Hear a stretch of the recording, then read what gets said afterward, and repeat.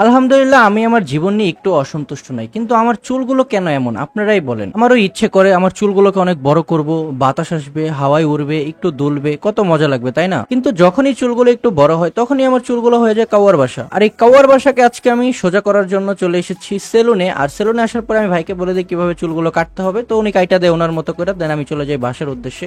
তো এখানে দেখতে পাচ্ছেন এখন আমি জিরো থেকে হয়ে গেছি হিরো, যদিও আমি কোনো মুভি বা সিনেমার হিরো না, আমি আমার নিজের কাছে নিজের হিরো, ঠিক আছে? আর বাসায় গিয়ে তো আমি আরো মহা খুশি, দেখি আজকে আম্মু রান্না করে রাখছে নল্লি। আর নল্লি আমার বরাবরই ফেভারিট। আমি আমাদের টঙ্গীর এলাকার আশেপাশে কোনো হোটেল পাই না যেখানে নল্লি হালিম বিক্রি করে, তো আমি খুবই অসন্তুষ্ট এটা নিয়ে। কিন্তু কুরবানি ঈদের দেওয়ার পরে আমি বলছিলাম, মানে যাওয়ার পরে বলছিলাম যে নল্লি গুলাকে আলাদা করে রাখবো, ওইটা একদিন রান্না দিবা, মন মতো খামো। তো আজকে আম্মু রান্না করে রাখছে, বাসায় এসে দেখলাম। তো আসার পরে তবে আমি খুশি হয়ে খাওয়া দাওয়া শুরু করে দিই, আর চট করে খাওয়া দাওয়াটা শেষ করে নেই, কারণ আজকে আবার আমাদের একটা ক্রিকেট ম্যাচ আছে। তো ওই ম্যাচটা আমি খেলতে যেতেছি, মূলত সিনিয়র ভার্সেস জুনিয়র আজকে একটা ক্রিকেট ম্যাচ হবে। আর আমি সোজা চলে যাই এস্তেমার মাঠে। তো এস্তেমার মাঠে যাওয়ার পরে দেখতে পাচ্ছেন ঘাসগুলো অনেক বড় বড় হয়ে গেছে, আর আকাশটা অনেক মেঘলা আছে। যদিও আকাশ মেঘলা থাকলেও কোনো বৃষ্টিও ছিল না, বাতাসও ছিল না, কিছুই ছিল না, উল্টা আরো গরমই লাগছে। তো আমার কিছুক্ষণের মধ্যে আমাদের টস পর্ব শুরু হয়ে যায়। আর আজকে কিন্তু আমরা টসে হেরে গেছি, তো টসে হেরে আমরা ফিল্ডিং পাই। আর আজকে আমাদের খেলা আমাদের বড় ভাইদের সাথে। তো বড় ভাইদের আপনারা এক নজরে দেখে নেন, তো তাদের সামনেই মানে আমাদের ছোট থেকে বড় হয়ে ওঠা, তো আজকে তাদের সাথে আমার এগেনস্ট আর কি তাদের ক্রিকেট খেলবো। তো দেখতে দেখতে আমাদের ম্যাচটাও কিন্তু শুরু হয়ে গেছে। তো প্রথম বলটাই কিন্তু ডিফেন্সিভ মোডে আর কি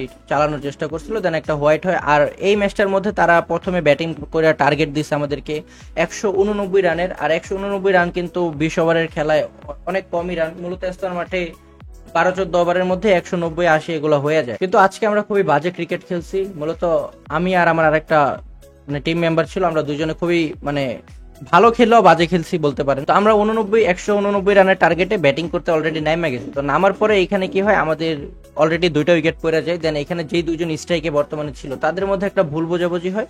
আর এই ভুল বোঝাবুঝি হওয়ার কারণে তারা এখানে রান আউট হয়ে যায় একজন। তো রান আউট হওয়ার পরে আমি ব্যাটিং এ নেমে গেছি। আর আপনারা ভিডিওটা এই অবধি যারা যারা অলরেডি দেখছেন, তারা কে কোন জায়গা থেকে আমার ভিডিওটা দেখতেছেন সেটা অবশ্যই কমেন্টে জানাতে ভুলবেন না। আমি নিজে সবার কমেন্টে রিপ্লাই করব, তো অবশ্যই কমেন্টে জানাবেন আমাকে কে কোন জায়গা থেকে সাপোর্ট করতেছেন।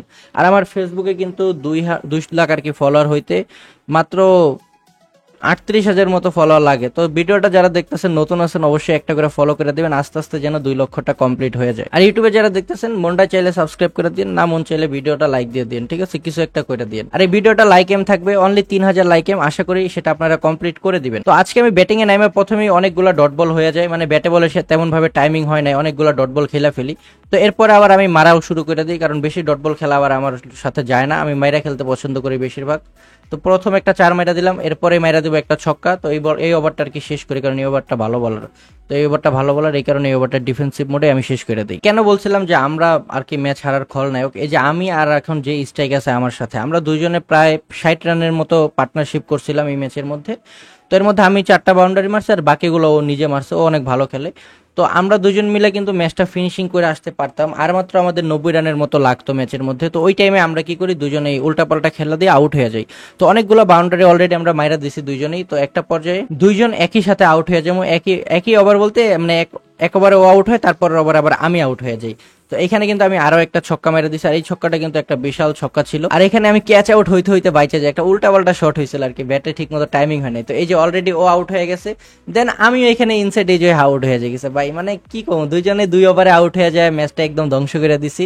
তো আস্তে আস্তে আমাদের বাকি যে ব্যাটসম্যানরা ছিল তারাও আসছে গেছে, আর এইভাবে আমরা ম্যাচটা কিন্তু হেরে গেছি। তো ভিডিওর আমরা একেবারে কিন্তু শেষ পর্যায়ে চলে আসছি, আর আগামীকালকে আমাদের চাঁদপুরে একটা ম্যাচ আছে। তো ডিরেক্ট চাঁদপুরের ব্লগ নিয়ে আপনাদের সাথে দেখা হবে। তো আজকের মতো এই পর্যন্তই, সবাই ভালো থাকবেন, সুস্থ থাকবেন, আল্লাহ হাফেজ, টাটা বাই বাই, দেখা হবে নতুন ব্লগ নিয়ে। তো সবাই ওয়েট করেন সেটার জন্য, আল্লাহ হাফেজ।